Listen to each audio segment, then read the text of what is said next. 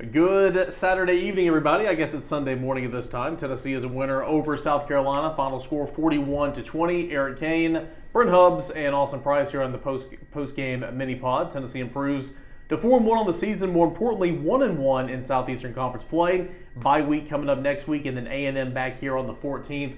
Brent Hubbs, a really good win for Tennessee. Did what it was supposed to do with the line of scrimmage play. Josh Heupel was so complimentary of that.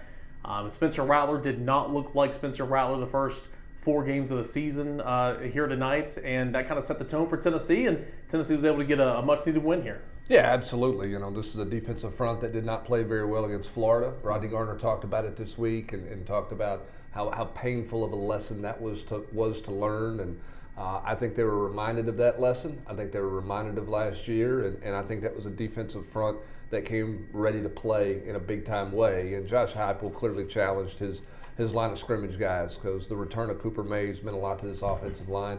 Tennessee was a better football team. Overall, Tennessee was a dominant football team in the line of scrimmage tonight. They were. They were the dominant team in the line of scrimmage. They kicked their ass. I mean, they really did. Like across the board. 6 sacks, 8 TFLs. It was pressures too. I mean, the James Pierce pressure forced the pick 6. You know, I mean, it was. And on the offensive line, I mean, they were moving the pile. I mean, how many times is Jalen Wright going to average over 7 yards a carry? I know. And then how many times is Tennessee going to go away from the run game? It just makes no sense. Line of scrimmage league. Tennessee was dominant in the line of scrimmage tonight, and I felt like just kind of continue on with this defensive line. I mean, James Pierce, another big time game. Austin, Omar Norman Lotz, Joshua Josephs got close a couple of times. Amari Thomas was in there. Allowed the linebackers to run and go make plays. And, of course, as you mentioned, that pressure, boy, it was right that Kamal had, and it was a gift. He didn't do anything special. He caught it and ran a couple yards. It was a pick 6, and that really swung some momentum whenever the team kind of needed that following the Brew McCoy injury. Yeah, they really did. I mean, they did a nice job of just kind of playing complimentary football. Yep. When I was typing up the Josh Heupel stuff after the game or during the game, kind of getting ready for the post game, like I just kind of had it described as a team win. Like it wasn't just one phase. I mean, it was both sides of the ball. They picked each other up when one of them had a hiccup or a letdown. Jackson Ross again had some nice key punts that kind of flipped field position. And again, I just thought complimentary football across the board, especially when they had moments where they could have kind of went into that lull. Yeah. The other side picked them up. Offensive line, we already brought it up, but Cooper Mays came back today, played center. You had Ollie Lane at left guard, Andre Carrick in street clothes. You had Gerald Mincey getting the start at right tackle. I'm sure Andre Carrick will play more football for Tennessee, but this might be kind of when you think about what could be Tennessee's best offensive line grouping, that might have been it tonight. Yeah, I mean, I think so. Austin talked about it in the 2-minute drill that it was their best 5, and I think when you talk about experience in this offense, I think you talk about chemistry playing beside each other. A lot of that makes a lot of sense. Okay, Mincey I think is getting more and more comfortable at right tackle, and I think he's all into playing right tackle. He's the most athletic right tackle. He's more athletic than J.J. Crawford is. He's more physical. Spraggins played better. They seem to emotionally play off each other pretty good because they're both kind of fiery, emotional guys. John Campbell showed a lot of that tonight. But the difference is Cooper. I mean, you go back to the first touchdown run by Jalen Wright. I mean, it was a great double-team block by Ollie and Cooper Lane to create a seam there, and Jalen Hyatt hit it. And, they play faster, they play more efficient, they communicate better. I mean, how many free rushers, you didn't feel like they just necessarily turned anybody loose tonight. They had a communication error or a blunder. I mean, I thought the sack was more, and I'll go back and look at it on film, but I remember sitting there watching it like throw the ball. It was kind of on Joe almost, that sack. And I thought overall they held up pretty well. And I'll say this for Cooper, okay? He's to not played that many snaps, having not had any physical contact Dane other Davis than a couple of days. I mean, Dane Davis played the last 4 snaps, 3 snaps at the end. What I'm saying is Cooper Mays hadn't played a football game since last year. He hadn't had a scrimmage since spring practice. To play at the level that he played at tonight, was pretty impressive. I mean, I'm sure I know he was gassed in the third quarter. Yeah, I know he was exhausted in the fourth quarter. I thought for sure they would have to rotate more, and maybe they would have if Carrick, had been available, maybe they would have had to.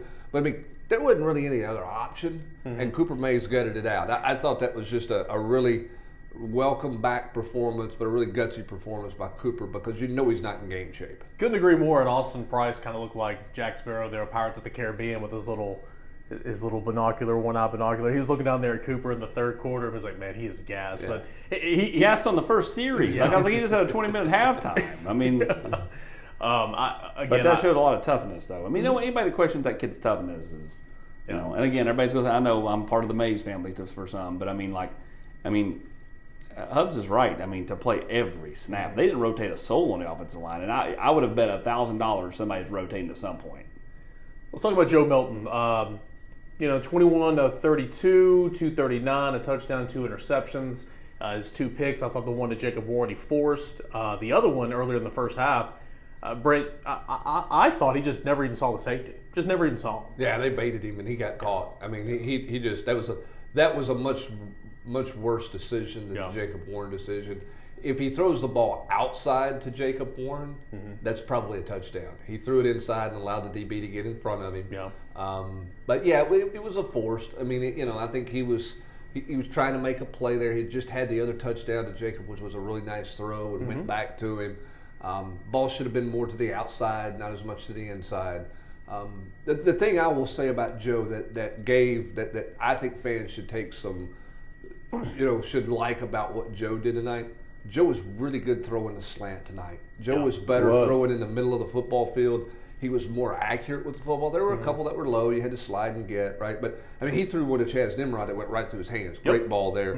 I thought Joe was better in the middle of the field and better with the slant game tonight, which is something we've not seen a whole lot out of Tennessee that I thought was very effective. Correct me if I'm wrong, Brent. Again, I can go look at Pro Football Focus in the morning. It'll tell me. But I think Tennessee and Joe Milton threw 1 deep ball. It was a squirrel when it was completed. Whereas last week, Tennessee threw 7, completed 1. Didn't go down the field an awful lot. Don't know how Squirrel White made that catch because there was a face mask in there. He was turning around. But Tennessee didn't go deep a whole lot. But the one time they did, he did complete it. Yeah, and I think South Carolina probably took some of that stuff away with some of the coverage stuff that they were doing. And, I think Tennessee did a good job of sort of taking what they were given. I mean, you look at it, they counted numbers on third down. How many 3rd and 5s did they run for the first down for? Yeah. When you're like, okay, they got to throw it here. Can Joe make a throw here? He's got to have to make a throw, and all of a sudden they gash him on a run game. I mean, that was pretty good play calling, pretty good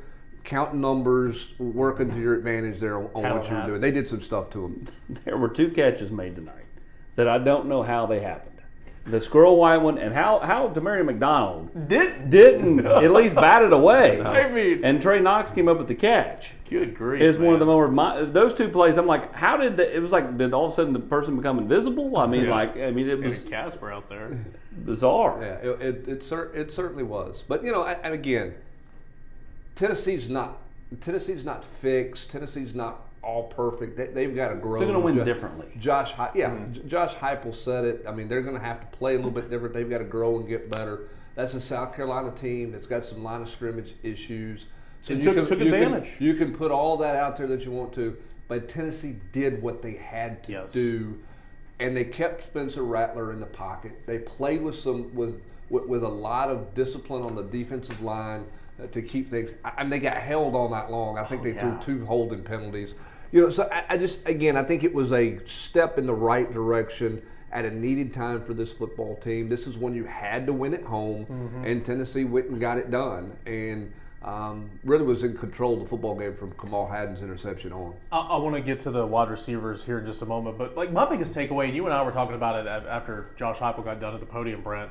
I mean, yeah, sure, 2 freshmen started on the offensive line for South Carolina. Yeah, sure, 17 sacks given up coming into this game. That's a bad offensive line, I get it.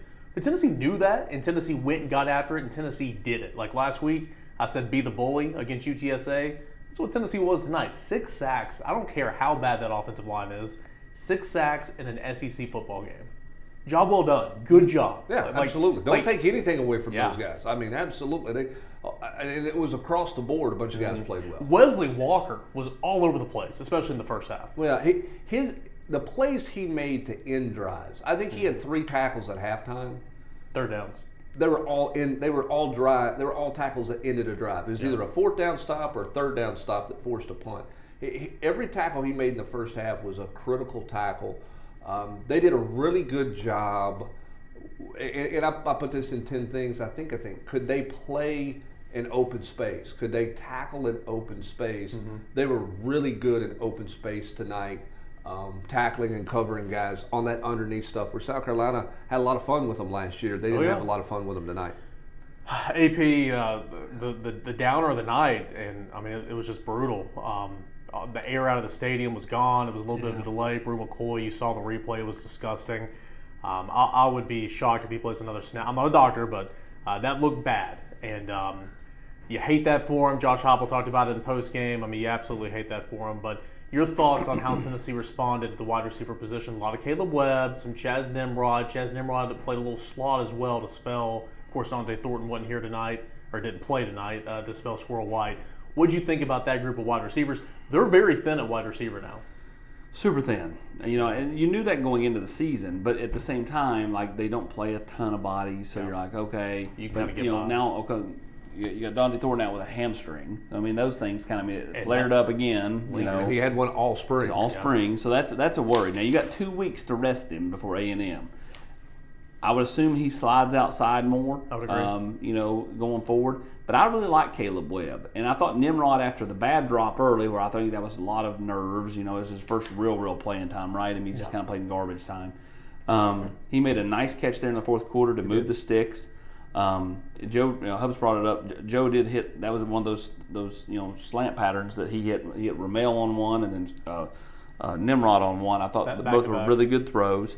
But I like Caleb Webb. I think this gives him a chance to grow. I think it sucks for Brew. Brew is as good a human being. The crap that's out there from his USC days is all crap. Okay, I do know the story on all that, and I do feel like Brew is about as good a kid as has come through this program. Hubs doesn't know him nearly as well as I do, just because I've been around him. And Hubs is, Brent, you speak so highly of him because he's a pro. He just handles himself. He handles himself a certain way. He is just so mature. And his dad Horace and his mom, sweet people. And if it's his last down in orange, or black for tonight, I mean, the kid gave it all. And hey, that one catch last year against Alabama, and he goes down in history here. Yeah. I mean, just such a good kid. You hate to see it go like that. You just never know, though. I mean, who knows what happens? Because an injury like this, time frame on recovery, I mean, who knows if he's going to be eligible to go for the draft. I mean, you have to try to go for a 6th year. Who knows at this point? It's too early to tell. But, I mean, just a good kid. You hate to see it happen, but they're going to have to really push these young kids. And a guy like Nathan Leacock, he better wake up. Yep. Hey, I'm going to go ahead and dust off the question. I won't be there Wednesday, but somebody needs to say, you're a little thin there. D. Williams at wide receiver just for bodies ain't a bad idea. Out. Let's talk about it. Ain't a bad idea. Well, I tell you who will become a bigger factor, in my opinion, is Jacob Warren. And I don't think you play Jacob Warren as a, quote, receiver, but he is a guy who knows this offense really well. Yeah. You can play some 2 tight end sets and may have to adjust a little bit and get him more involved in the passing game and try to come up with some stuff there to not overload some of those young guys. He was obviously a guy after Brew was out of the game tonight. Joe was looking for. Early in 2021, they used him in that role a little bit before they kind of settled in on who they were. I think he's going to have to take a bigger role in the passing game moving forward for Tennessee. And then obviously Nimrod and Webb have to come on fast. Brew McCoy, again, kind of closing the conversation about this. You hate it for him, it sucks. He's a good receiver. He's a damn good blocker. He's the most complete receiver on this football team, and that's what they're going to miss. Mm-hmm. They're not going to miss. It's not about 70-yard or 50-yard splash plays, although he's made them. It's about all the little things he does. All those little swing out there is to Squirrel White with him as a lead blocker. Yep. That's what makes those 7- and 8-yard games. They're going to miss his blocking, his physicality, and his completeness as a player a lot more than probably people realize. Get 2 weeks, rest up. A lot of guys banged up. Good to see Elijah Simmons back. That he made his presence known with a face mask immediately, but it's good to see him back out there on the field. And go ahead. I was just going to say, I mean, again, little by little, getting him back is huge. Yeah. They got 2 weeks to get like Norman Lott off of the concussion protocol. I did see him leave. He seemed fine. It could be just a mild deal, kind of like Jalen Wright had last week. Yeah. To add one last thing here, the touchdown, a week ago to Caleb Webb, the reps that kid got in fall camp when a lot of those receivers were out, they're going to come up big. So is Nimrod. All those reps that they got with the ones, with Joe. Yeah, because they had a whole scrimmage where they didn't run any of their top three receivers. Yeah. So those guys got some work. They're going to need a lot of work here the next 2 weeks to get more and more comfortable because they're going to have to play.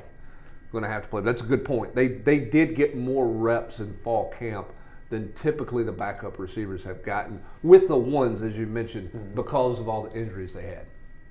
So Tennessee will get a chance to rest up. Of course, it'll still practice, still be getting some work in, but no game next week. You come back here in 2 weeks on the 14th with A&M. That should be a big-time matchup, and we'll see where Tennessee is at that point in time. But a 41-20 win over South Carolina, doing what it's supposed to do, winning at home, and looking good for a big portion of this game. We'll continue to recap everything that happened, 10 things Brent Hubbs thinks he learned. We'll have the big three. We'll have the day after. All recruiting that type coverage. Recruiting coverage as well. All that at Volquest.com tonight, early in the morning, and all day on Sunday.